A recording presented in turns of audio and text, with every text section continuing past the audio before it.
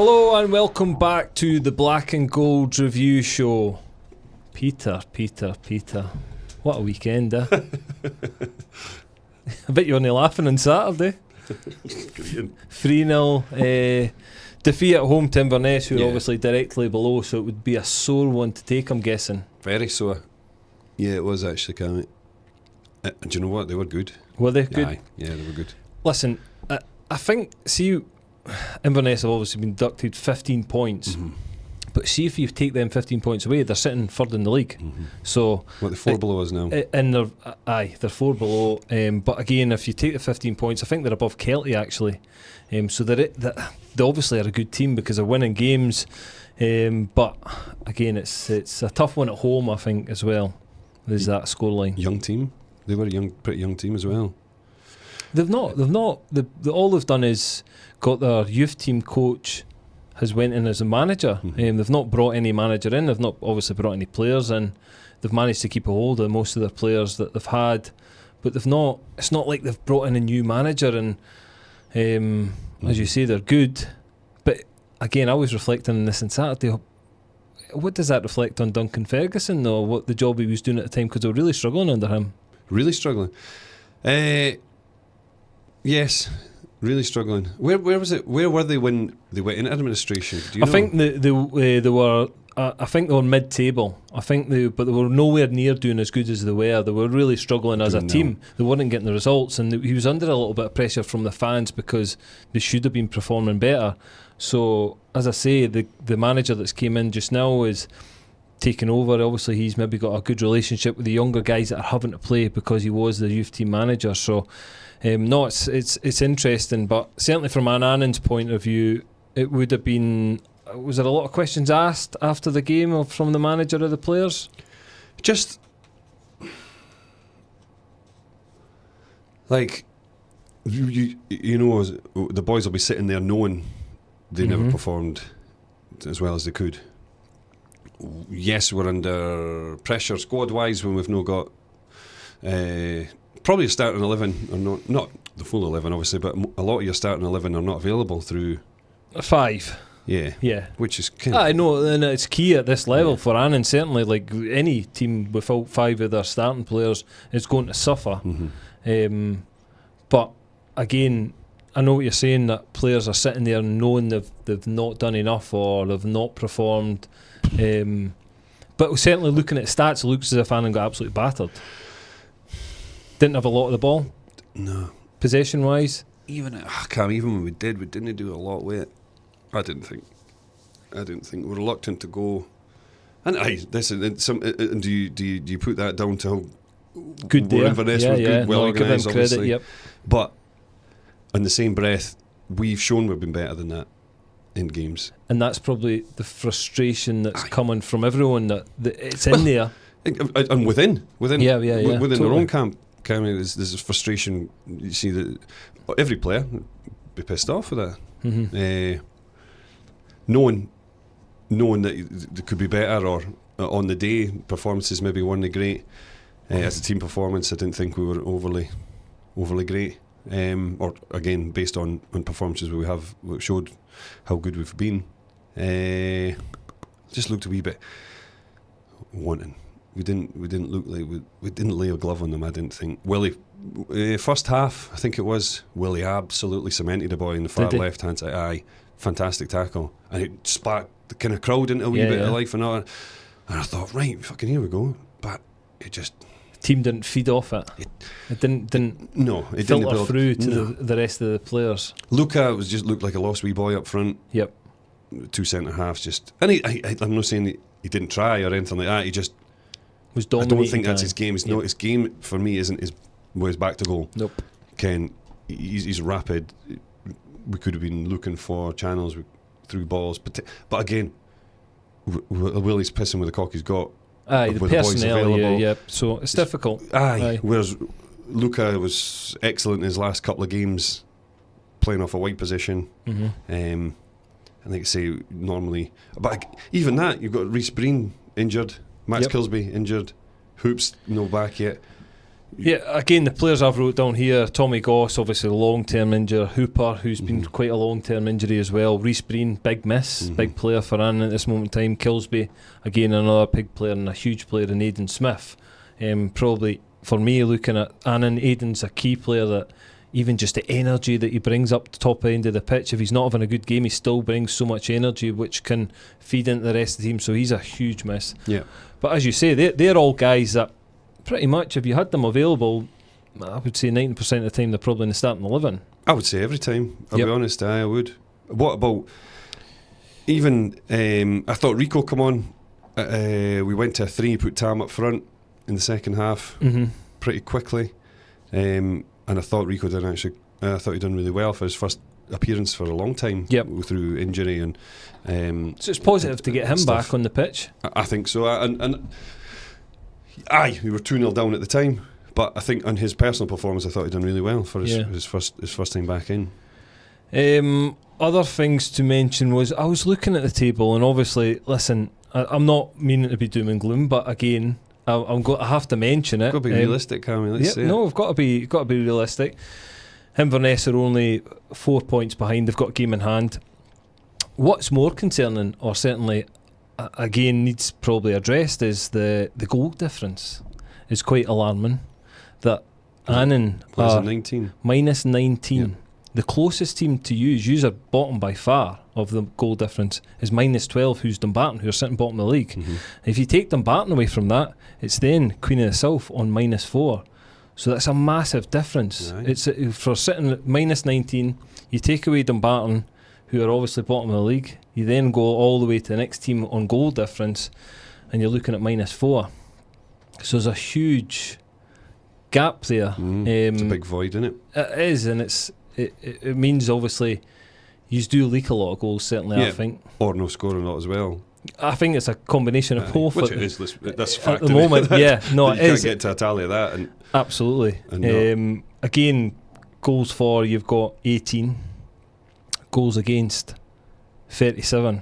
And the only team that's got more goals against is Dumbarton. Yeah. But they've scored 26. So, again, I think when you look at the goals against, the next team away from Dumbarton is actually Cove on 25. So yous are 12 goals more than the next team if you take Dumbarton out of the, so it's a massive issue. I mean, I would be interested, I've not looked back, and how many clean sheets have Annan had this season? It won't be many. Probably not many. No, it won't be many, Cammy. So it's a problem, and I'm just trying to identify again. Absolutely. I think when you look at it, and you certainly look at these stats, you need to stop conceding goals, because we always say it, and I knew that as a goalie myself, that you don't concede a goal as a defender yourself. Keep a clean sheet. Your job as a defender and my job as a goalie is to keep a clean sheet. Let the guys at the top end of the pitch go and win the game, and see if they don't go and win the game, you've got a point. So every clean sheet's so important. It's almost more important than scoring goals, because you could score 2 goals and still lose the game 4-2 or 3-2. So it's irrelevant because you don't collect any points. So I would say a clean sheet is always the biggest thing for me. That has to be. We've mentioned this a few times on here, haven't we? I think you just touched on it there. That should be the aim for a defender. It's got to be. It's the biggest pride thing, I think, yourself, that you've got to get a clean sheet. And just with the evolution of the modern day player, where people expect, fans, managers, other peers, they expect the defender to be able to play a lot more now, which is fine. Yep. But do the fucking basics. Absolutely. You're there as a defender, not to concede goals. That is primary objective. Has to be. I'll touch back. Or you wouldn't be there. You would be a fucking midfielder. Exactly. Or you would be a fucking striker. I always think, listen, that centre half's job for me is simple. If I'm a manager, or when I was a goalkeeper, was defend, help the goalkeeper, try and block every shot, try and not allow the opposition of any shots on target, because then they won't score. So that's your job. And see, when you've got the ball, for me, give it to the guy that's 5 yards in front of you, that's got more talent down the ball, and should have more talent than you, because he's a midfielder. So that's like, again, I know where maybe the game has evolved. Yes, it's evolved, but it's still not evolved that much that I still think a midfielder should have much more talent on the ball than a centre half. Simple as that. What doesn't evolve is the fucking sheer fact of the basics is do not concede goals. That stat doesn't evolve. That stat can't get anywhere. There's nowhere for it to go. I've said it before on here again, going back to probably or certainly the most high profile manager that I've had is the national team manager now, Steve Clarke. All he came and asked his defenders to do was don't concede a goal. Your job, when you come back in here, you've done your job if there's a 0 against our team. And that's it. That's solely your job. I don't care if you do a 20-yard mazy run and then play a brilliant pass and score a goal. That's fine if you do that, but I'm more concerned about you stopping goals going in, because that is your job. That's why you're a defender. And again, it was just blatantly honest and so simple. Didn't complicate it, and that was the expectation of all these defenders. So, yeah. No, it's an interesting point, though. I think when you look at it and you look, certainly the goals against, I think it's certainly a worrying category for Annan, and something that they need to improve on to get points on the board. Yeah. And we work on stuff. Yep. We do. We're not got to sit here and say, fucking hell, we have to start working on it. We do. Personnel plays a part in that. So again, we're looking at Hooper and Breen. Yes. Massive misses, huge misses. But again, who's nailed down the left back position? Yeah. Mostly Max. Rico was in some dabbling in and out. So Rico's Gallagher been Lennon, who's gone. And you've got Jai Stevenson, who's not a left back, but he's been playing as a left back. Now, if you had a natural left back playing on Saturday, do they score the first goal when the ball comes across? Jai drops his runner, right, and then third goal. I'm no blame Jai. I'm using it as an example here of like square pegs and round holes. You're playing with what you've got. The third goal was a penalty because he dives in the box. Probably unnecessary. So, but does a natural left back do that? I don't know.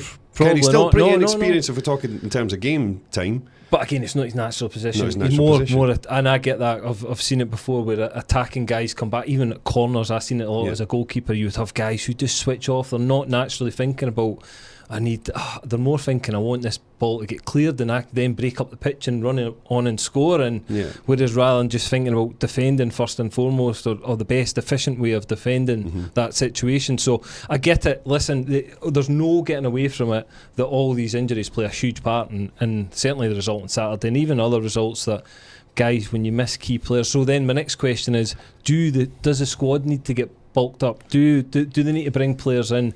Do the board need to find the finances to allow Willie to bring a few players in? That is literally what I was going on to next. Other teams have potentially got a bigger budget or recruited differently. How we see when if our squad is that tight, which it is, Ken, that's everywhere available. And Greg obviously has been on the bench all season anyway as a sub goalkeeper, but Stephen Bell, assistant manager, was on the bench, which he has been in a couple of times. And then we had Kyle, Rico, Dan Carmichael, who came on and made his debut, and Rico. So someone else came on as well. That's shocking.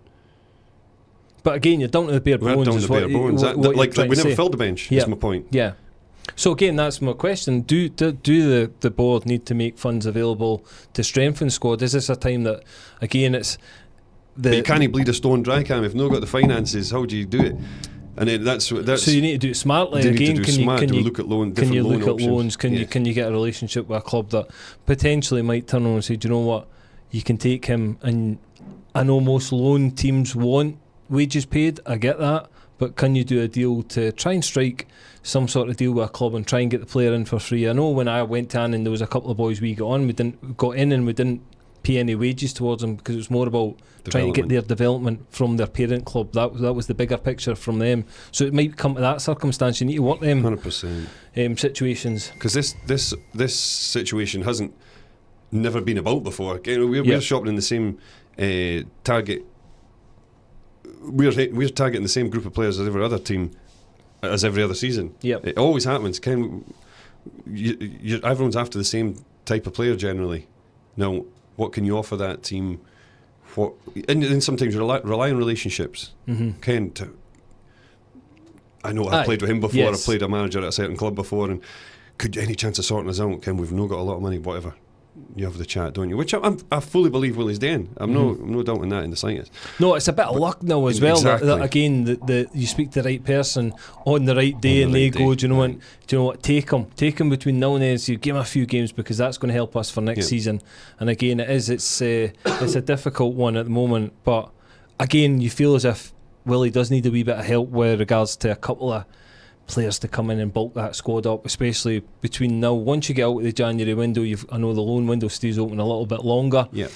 But once you start to build towards the end of the season, I'm pretty sure Willie will want his players in. If he can get one or two players in, he'll want them in now, rather than waiting till the middle of February, the end of February, when pressure starts to build. When if you don't turn the results around, it becomes harder. Well, you would try and look, and I'm sure I heard him on the interview saying that he'd say there was a couple of options that he was trying to get in, pull in for this Saturday coming. Yep. Which would be fantastic, just a boost, even in training for the upcoming Saturday against Montrose. Yeah, no, totally. After the game, obviously there'd be a lot of frustration around the stadium, within the changing room. Everyone was frustrated with the result. I listened to Willie's interview after the game as well, and he mentioned he had an interaction with a fan after the game. Was it a frustrated fan, would you say? Aye, it was. I don't actually know who it was. It was an older gentleman that was venting his frustration. Fuck off, it's fucking shite. And again, he pays his money, he's entitled to fucking his opinion. Yep. Totally get it. That's football. It's just football. Cannot like. You take that out and you're taking the fucking passion out of it. Oh, let's totally, be honest. no. How can you police that? And do you mind it? No. Like, it's fine. Willie could have ignored it. Yep. Willie could have ignored it. I'm not saying he should have or whatever, but he could have ignored it and walked on. Fine. Fucking listen. Don't mind it. Whatever. We're all pulling the same direction. But he said he went and had a chat with the gentleman. He went actually. Over. And I watched it for a wee second. But fucking. What is it, isn't it? What the Aye. It was a calm enough situation. Aye, it was like it's a guy, someone fan, and he won't be the only one. Let's put it out there. Ken, there'll be fans. We're frustrated. Ken, you get it. So if you've had it as a player, if you have a shite game, they soon tell you've had a shite game. Or if the results aren't going their way, they soon just vent it. They don't think about all the injuries. You had it at Rangers. All the time. Ken. And as it throughout my whole career. Like, why have we signed this goalie? Ken, stuff like that. He's pish, get him off the pitch. Untie his hands. Why? He's got a bungee cord. Where's his fingers? Was it you that was just following me around the stadium? Just megaphone. Just in the background starting the chants. No, but you get the frustration. It's I think everyone just wanted that win, especially because it was such a big game with regards to Inverness just being below you. Again, in a false position for me because of the deducted points. They're a much better team than sitting second bottom of that league. Of course they are. But again, probably just at home as well. So I'm guessing it ended up sort of with Willie trying to explain the situation to the guy. Aye, and again, I left it after a few. I didn't go anywhere near it. I watched it for a wee bit just in case it got physical. I was away doing the tunnel, Ken. Shiting yourself. You're like that fucking steward at Steny. Turned your back in it.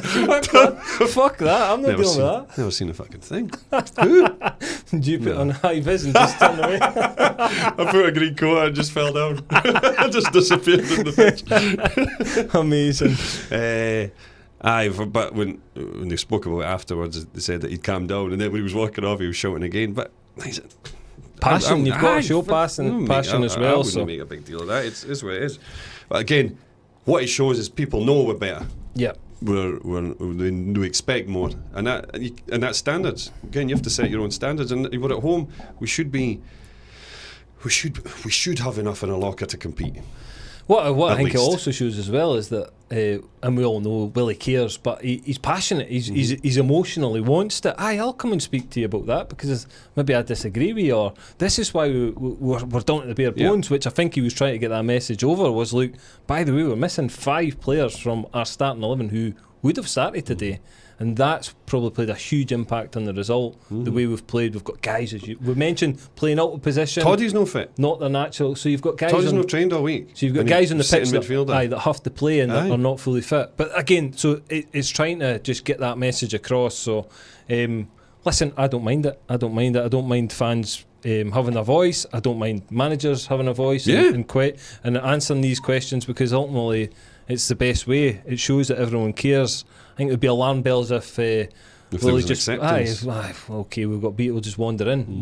So that's when the alarm bells start ringing. So no, hopefully get some players maybe fit, get a couple of players in this week, and it'll help the team for next week, which we'll touch on later. Other results this weekend, a lot of Scottish Cup games Cup it was, because you were the only game in League One. Ayr United 8-0 away to Broxburn. Aye, that is a scudding, isn't it? It was. There was a few folk, I was doing radio on Saturday, and there was a few pundits thought that was going to be the banana skin. Did they? Yeah, aye. Thought that potentially they got that one fucking wrong, that's for sure. I certainly didn't see that. We done a wee thing actually on Saturday. I was on Open All Mics for a change. I was at Palmerston. And Kenny McIntyre, who presents, says, like, we're going to do a wee one for the listeners and the pundits out there. We want to predict a score from any of the games. There was 11 games on, so it was just 11 3 o'clock kickoffs in the Scottish Cup. Predict a score and how many goals would be scored in the Scottish Cup. In the games. So I got the goals wrong, but I got the score line right. I went for Hibs, and I went 3-0 to Hibs against Clydebank. I think I was the only one to get a score right. Nice. But I think it was about 10 off the total. Tally. I think it was. No, you wouldn't have seen the 8-0 coming up. Oh, no, it was about 44 goals, and I think I said 34, maybe something like that. I can't remember, but I was a wee bit off. So, 8-0 Scudding. Queen's game. Yep. I was there. I was doing a wee bit of Open All Mics. Fucking signal was horrendous. Kept on bouncing out. There's rumours that you've been training with Queens. Is there? Why are you laughing at that? I just got the mental image. You blowing out your ass, dapping it up. I certainly wouldn't be training, that's for sure. Mind you, I've seen a few goalies this season, and you start to think, fucking hell, I might get the gloves back on. You've been spotted in it, Palmerston. Have I? Been doing a couple of sessions. No, there was 3-1. They got beat. St Mirren. To be fair, a game of long throw-ins. Was it? Fucking hell, St Mirren have got a boy, Penman, Callum Penman, the fullback, an absolute fucking launch into the box. Right, that's how we scored their first goal. All Sanya, their striker. Just a direct long throw in. 2 guys went up for it in the middle, literally in the middle of the 6-yard box. It kind of skiffed off both their heads, and Olasanya nipped in at the back free. So where did he throw it to? Literally the middle of the goal. At a decent height, head height still. Still head height. So that's what I'm saying. The 2 players were up and flicked it, and it just, because they were both challenging, none of them got any purchase on it. It just hit off somebody's head, and Olasanya came in, just tapped it in at the back post. So it was a launcher throw in, like same, probably bigger than the boy Bryden's. He's got a big, because he was doing it for Queens, but St Mirren are probably the most physical team in the Premiership. So they're very, very physical. So that every time, and it's interesting seeing it, because again, it's a way to win. They just their way to win was taking these long throw-ins. Any long throw-in they got near the box, straight in the box. And Queens really struggled. It lost. The second goal came from a second phase of a throw-in. And again, a ball in, it was a long throw, got headed out. Penman then took a touch and crossed it. Olasanya header, goal. Queens got the goal. Dickinson, really good strike. And for 10, done quite well. He was alright. He was okay. Yeah, he was not bad. Queens never really got into the game until then. And then for 10 minutes, they rocked St Mirren. Really did. And then St Mirren scored by a breakaway goal towards the end. I think it was Boyd Munce that scored the winning goal. Well, they wanted to make it 3-1. So it was a decent game. They were alright. Queenstown made a good account of themselves anyways. Good crowd, it was very good. So St Mirren had 1,600 Took 1,600 to the game. Well, bugger me, Cammy. Bugger me, hi. So the new stand, they only had, so they had the whole of it apart from one section. Wow. That's how many folk they had there. So it was an incredible That's support good. from them, which is great for Queen's because they'll made a few quid off that. And Queen's had, I think it was 2,800, and as I say, there was 1,600 St Mirren fans. So aye, St Mirren had more fans than Queen's, but aye, really good support. So it'd be a good money maker for them.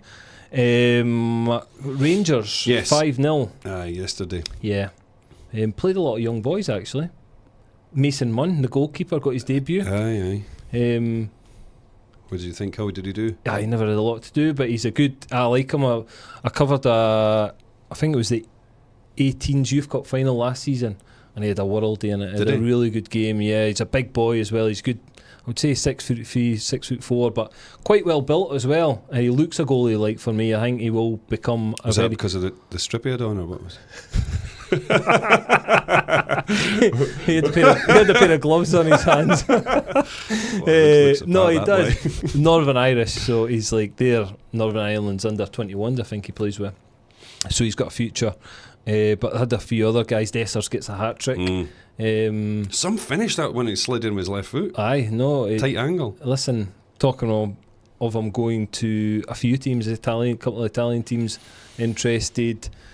I'm not saying that you snapped that hand off, but I think he will go. Will go because I think Egaman is the main striker now. So I think he's moved aside. Hibs v Clydebank. Clydebank managed by Gordon Moffat. And I heard his interview after the game. He spoke really well. See how many fans they took? Oh, amazing! An incredible. 2,500 was it? Yep, aye. It was brilliant behind the goal. That's fantastic. That's a good money maker for them. Brilliant because he'll get half the gate. And at Hibs, it was a decent crowd for Hibs as well. And no, I'll listen to Moff's interview after the game. He speaks really, really well. I think he's got a real identity, the way he wants his team to play. And no, there were the timings of the goal killed him, and that's what he said. He was so disappointed. Scored, they conceded a goal after 90 seconds. Yeah.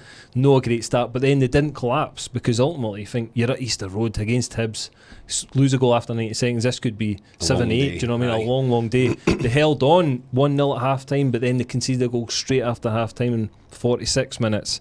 So that he was disappointed because he said that if they'd held out and not conceded that goal, because I think Hibs ended up scoring around about the 80-minute mark for their third, it would have put them under a little bit more pressure because you're still in the game, you still believe you might get that one chance. But it gives you a lift, doesn't it? It does, aye. The longer you're in the game, where scoring 2 goals is probably beyond them. Yeah. But 1 goal was always possible. So, no, it was, again, great financially for them, good exposure.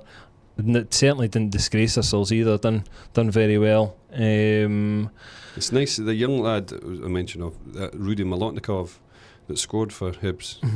He last year we spoke to John Collins as his agent actually. Right. Okay. We spoke to him last year about coming to Annans on loan, but he actually went to Stirling. Right. Stirling Albion. Interesting because he got mentioned on the radio on Saturday. I can't remember what pundit it was. It was one of the pundits. It wasn't John Collins because John sometimes works, but it was one of the pundits, and they said that he has got a huge future ahead of him. I've never really seen him play, and they were saying he's got a massive future ahead of him, and they were asking how he was doing in the game because I think Stephen Craigan was covering that game. And he was saying no, he's done fine, he's done well. He can see he's a player that's not been playing all the time, but he's had a real impact on the game. So yeah, and maybe one to watch out for in the future. He's involved with the Scotland setup as well. Well, the youth, the 20s or whatever it is, 19s or 20s. So Montrose at home next week. Big one because they actually, they had a good game against Queen's Park. Queen's Park, yes, Scottish Cup game at the weekend. It was interesting, wasn't it? Because they were 1-0 down, yes, 2-1 up, and then took it to extra. They conceded 90 plus 3 or something. Yep. To take it to 2-2. Queen's Park equalised. Sorry. And then Queen's Park scored 98 in extra time.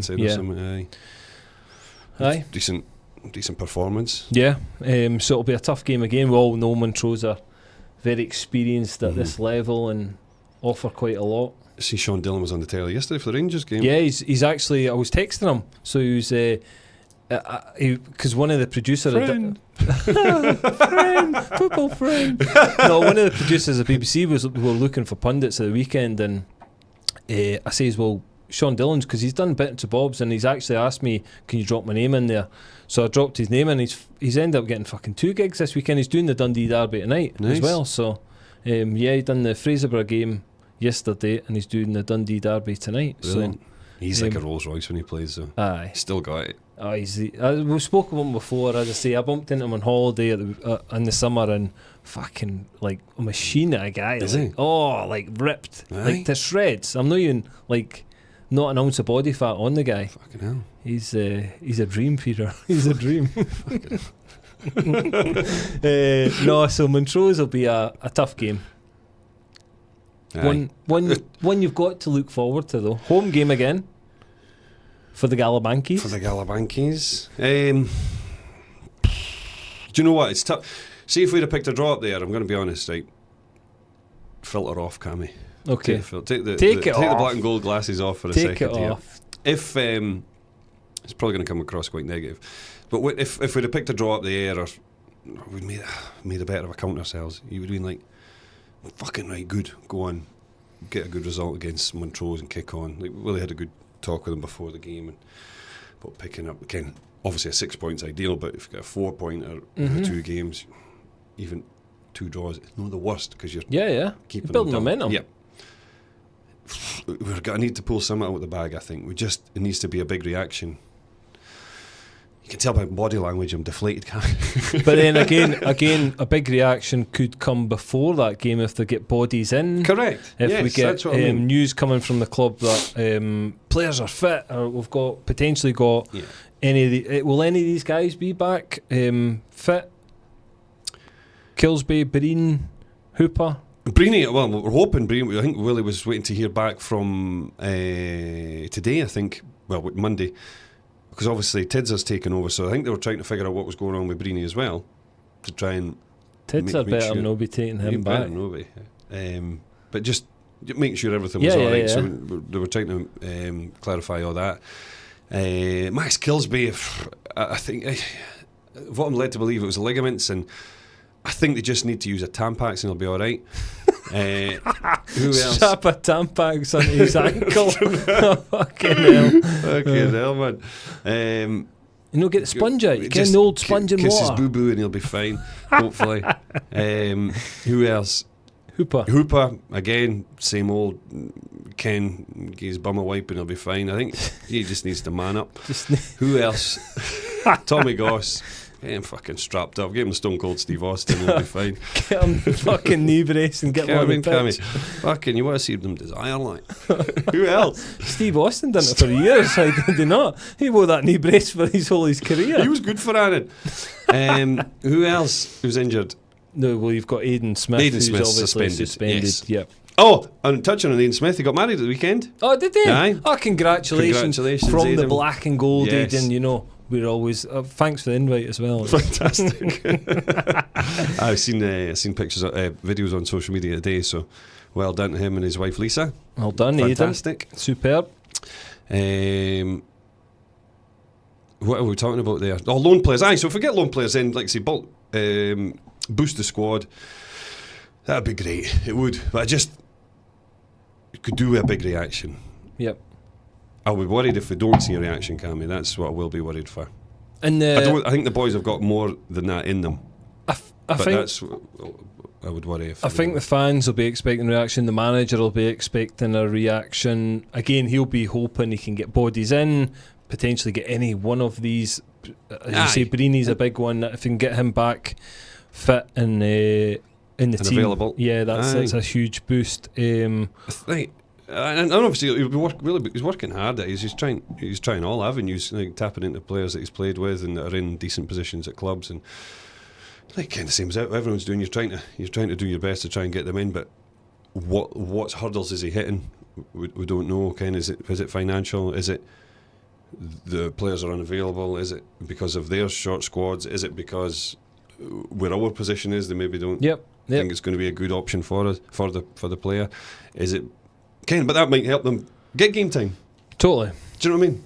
Listen, there's kind of a couple of ways you can look at it. Yes, teams might be concerned about the position, but again, you're in a good league, so you've got really competitive games every single week, and you wouldn't be going out and looking for too many players if you're sitting in a privileged position at the top of the league. So generally teams will be going, well, for example, Arbroath are coming in for this player, but they've been going really well, so has he even got to get any game time there? Annans are coming in for him. Well, do you know what? He's going to be with us next season. He's in another year's contract after this season, so games. It's all about getting him games. So I want to send him a team where I think I can guarantee him. Nobody's ever guaranteed the games, but I think he's got more chance of getting game time regularly there. So at a good level, like you said. So we'll see what happens during the week, and hopefully bodies will come in, bodies will get fit, and hopefully Annan can get a result. Give us positive mental attitude, Cammy. That's what we're after. Absolutely, we need a reaction. That's big. What are you giving us for a prediction for the Montrose game? Yeah. Cammy, I said 1-0 on Saturday, didn't I? I'm going 1-0. I'll go 1-0 again. You're getting a clean sheet. I'll go a rerun. That's a good point. He's not going with the stats, that's for sure. Right, so you're going to start thinking I don't know much about football. They knew that before we started this podcast. 1-0. 1-0, right, okay. Yeah. Great. Okay, perfect. What would you think? 3-1 Montrose. Lion Patrick. I'm going to go 1-1 draw. Do you know what? Right, hear me out here, right? Let's hear him out. See if we're not winning games like as if we're on we're not on a bad run. We're just we're inconsistent. Yes, that is the word. Inconsistent. Why not be a horrible team? That breaks. That like I say, I generally don't have.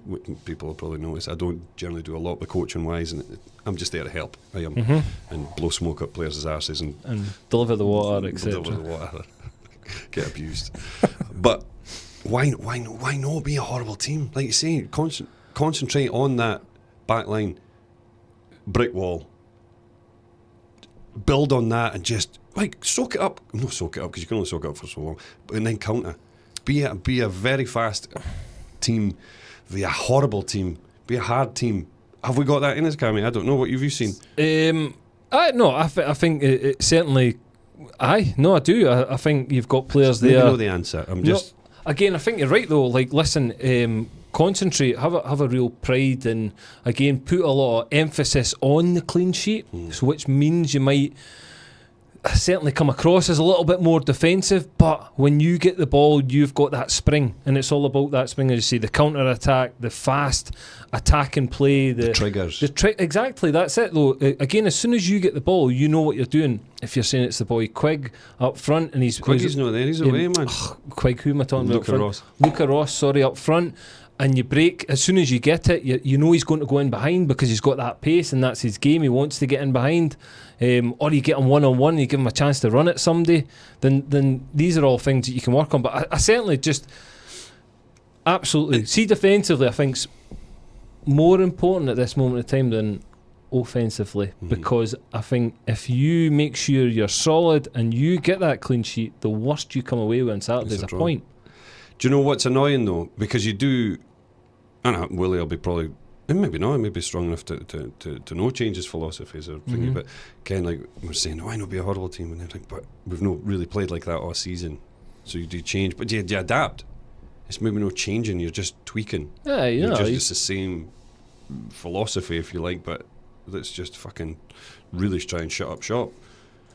Just be robust. When you're against it, be really robust in your positioning and almost close all the gaps and force them playing long balls, and when they do play long balls, be comfortable with dealing with that. Be confident in yourself. You've got Breeny, you've got Tam Muir, guys that are good in the air, so let them take charge and deal with it, and then make sure you're picking up the second balls. And as soon as you get second balls, it's all about whatever your transition, whatever your spring is, whatever your forward play is, then that's when you focus on it.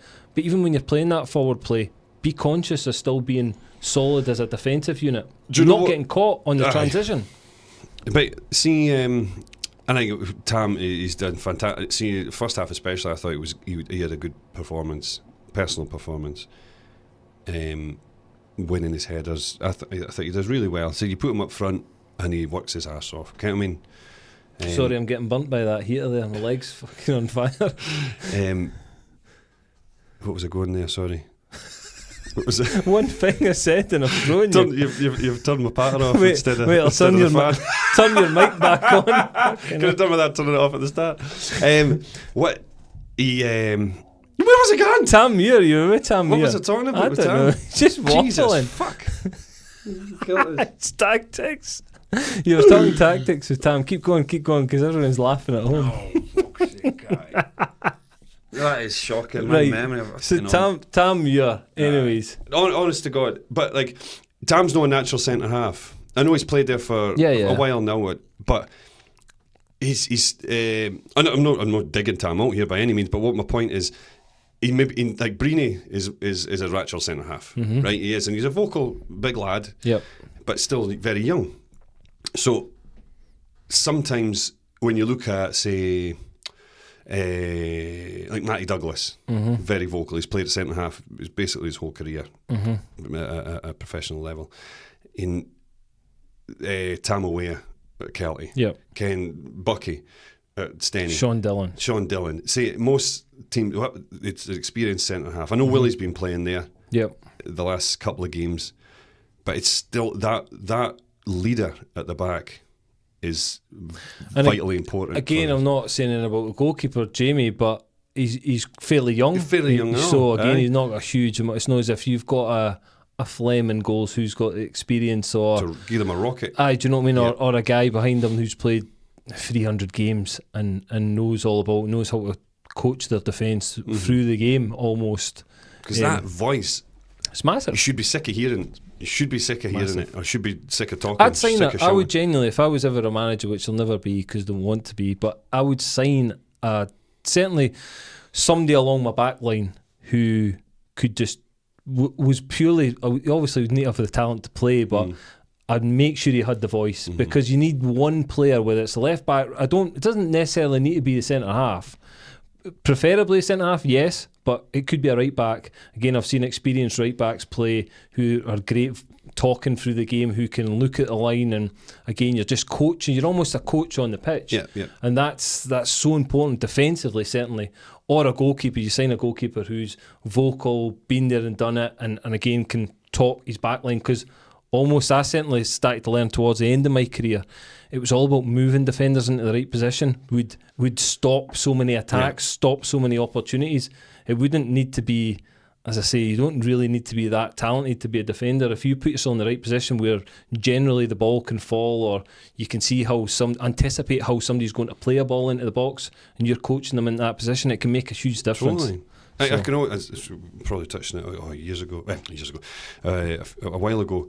We see when Deggsy came on, and when we were defending, Deggsy was like, so we would say we were attacking, right? Yep.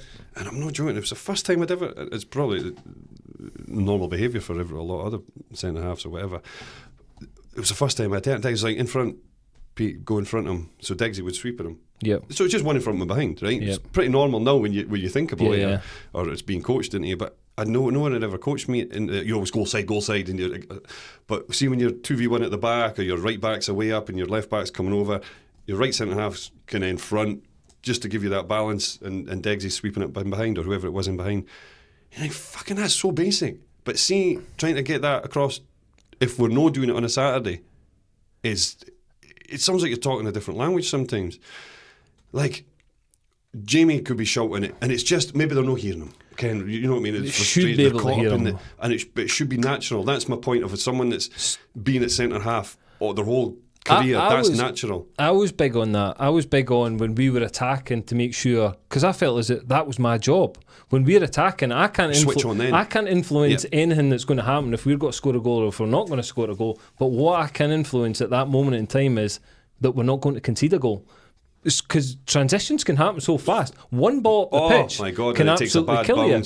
So again, it's being in the right positions, and I was very, very big on that. I was probably, from a goalkeeper's point of view, I was probably trying to I would have one in and one behind, but I would make sure I was still in contact with, in communication with the fullbacks as well. So if it was down the left-hand side, the right-hand fullback, I would have him in an inner position, but I would still be talking to him and telling him, look, by the way, still be aware in case the trigger is, they might be sucking us in, and the trigger is that the winger then goes because he knows the fullback's pushing forward. So again, I think it's but vital. What's that doing? That's protecting you. Totally. So then the centre halves or the defence should are talking to each other and talking to the midfield to help them. It's not just passing a message on to help yourself. It's being a wee bit selfish and just saying, by the way, I'm not going in there because you're right beside it. Aye. Just moving to the right position. And that fucking, I'm not saying they're not doing it. It's tough to see it because when lads are sometimes like Jai, he's no a left back. Yeah, it's difficult. I mean, Willie's no a centre half. You can play anywhere, but it's different. So what I would say is guys that are out of position is see the guys around them that are playing their natural position, whether you're a centre half or you're an experienced player, you should be helping them. So if I know I've not got a natural left back playing, I'm over talking to him. I'm talking to him more than I would to my normal left back because I know he might just switch off for that 1 second. That 1 second kills you. He's then Jai's maybe watching the ball, whereas he should be watching his man behind him. He's switching. I'm Jai, left shoulder, left shoulder, left shoulder. I'm constantly saying to him because I know he's not a natural defender and he's maybe caught ball watching. So you're almost trying to help him more because you know he's not naturally in that position. So it puts a little bit more onus on the other guys round the bottom that are maybe playing their natural positions. Even that fact is like, you know yourself, when you go into the change rooms, I never got the shout. You know fucking fine well because I've shouted at you 5 fucking times. Aye, totally, so you can't say you've never heard me. That's it. And you make sure that you make sure the crowd hear you. Self-preservation. No. Fucking everyone heard me shouting at you at Tucking. And no being funny, Annan, I'm pretty sure if the games get recorded, I'm pretty sure you'll hear voices that. So, these are all things that will help. But let's listen. Hopefully, Saturday there can be a positive outcome. 3 points would be great. Points, something to build on. Just don't get beat. Go and get beat. That's go the and fucking message. Give something for the fans to feed off, and hopefully. But that's not the message because we've got to be more than that. You want more than that sometimes, all the time. Let's be honest. No, but listen, what did I tell you? Tell me. Play to win, but don't get beat. Steve Clark. If it's good enough for Steve Clark, it's fucking good enough for Annan. So again, to be fair, Willie says that in his team talks now. Aye. So, but it's something. I genuinely, when I first heard that, I thought, do you know, it's so simple of a comment. But then when you put it in your mind, you're like, well, we will play to win. Obviously, we want to win. But do you know what?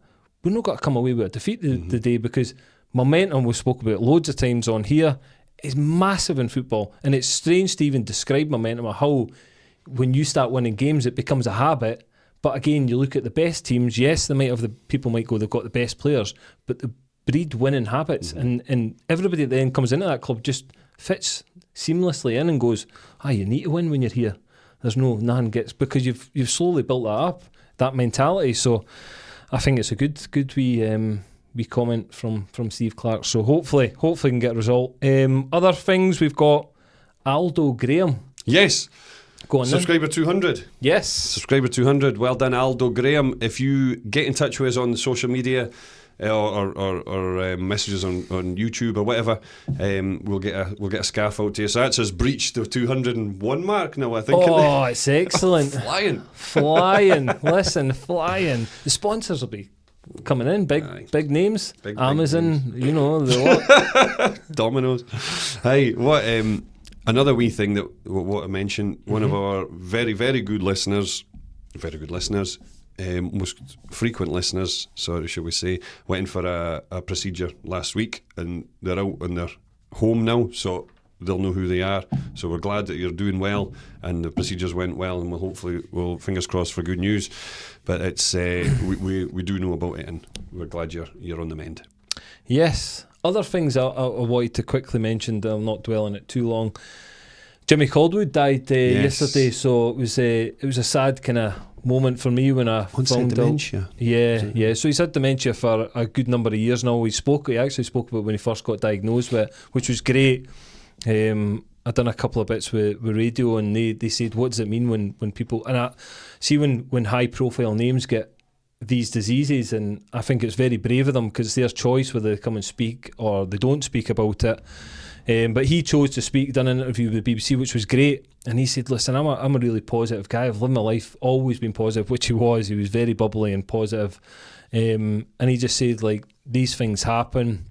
I want to bring awareness to it because I want for at some point to find a cure for these diseases. So he did speak about it. It was sad to see the news come in because I had a brilliant relationship with him when he was my manager at Kilmarnock. Stayed in touch with him, and I knew he was in a hospice for the last over a year up the road. I spoke to his son Scott last year, and he wasn't doing well. He didn't really know what was going on anymore, which is a shame, but a brilliant character. And always remember when he had a place in Mallorca, so when it was Kilmarnock manager, and in the summer we finished the season, he went, I says, I'm going on holiday to Mallorca. Son, Gesa, give me a phone. In fact, I'll phone you. So he said, I'll phone you. And I thought, and we'll meet up for a drink and that. And I thought, it's one of them throwaway comments. Sure he'll phone me. So I told him the dates. Right enough, fucking phone goes, didn't it? Text me first saying you're in Mallorca. Text him back saying I'm in here, and phone goes, hey, fancy meeting up? Come to So he took me to his villa, an incredible, beautiful villa.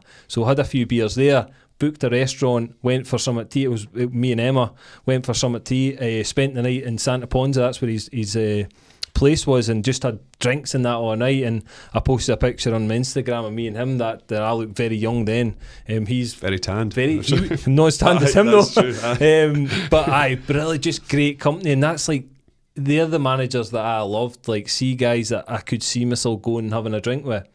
And then we spent all night with him, literally sitting in. We were in an Irish bar. He was a big Rangers fan, Jimmy, and in an Irish bar, and there was just the music going in that. And we're just sitting having beers and that, talking football, and just a brilliant guy. And it'll be massive miss it, because he was a huge personality in Scottish football as well. What, like you said there about the managers that you got on with, is it because they've seen the human side of you? Totally. Aye. Just a normal guy, like as a man. Really, a man, and that was it. It was none of the modern day sort of sometimes bullshit that goes with football.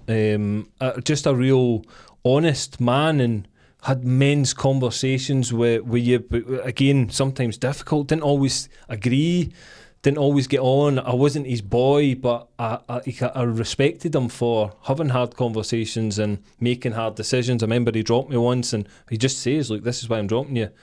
He told me the reason that I was alright with that, because he came out, he didn't beat about the bush, he just went in and said that, and it was just just a real connection, because I just felt as if he was in touch with the players, and that's probably the biggest thing, that he's in touch with his players. He wasn't on his own, he was always having a laugh, and again, you always knew he was a manager, there was no question of that, but so in touch with his players that, again, a guy that you just had such an affection with. He was almost a bit like, his personality though as well, I describe him as very similar to Ali McCoist, so likeable. Honestly, he just had that wee laugh, and like he was always just like very smiley, and he could be crabbit sometimes, but he was very infectious. Like, you knew where you stood with him? 100%.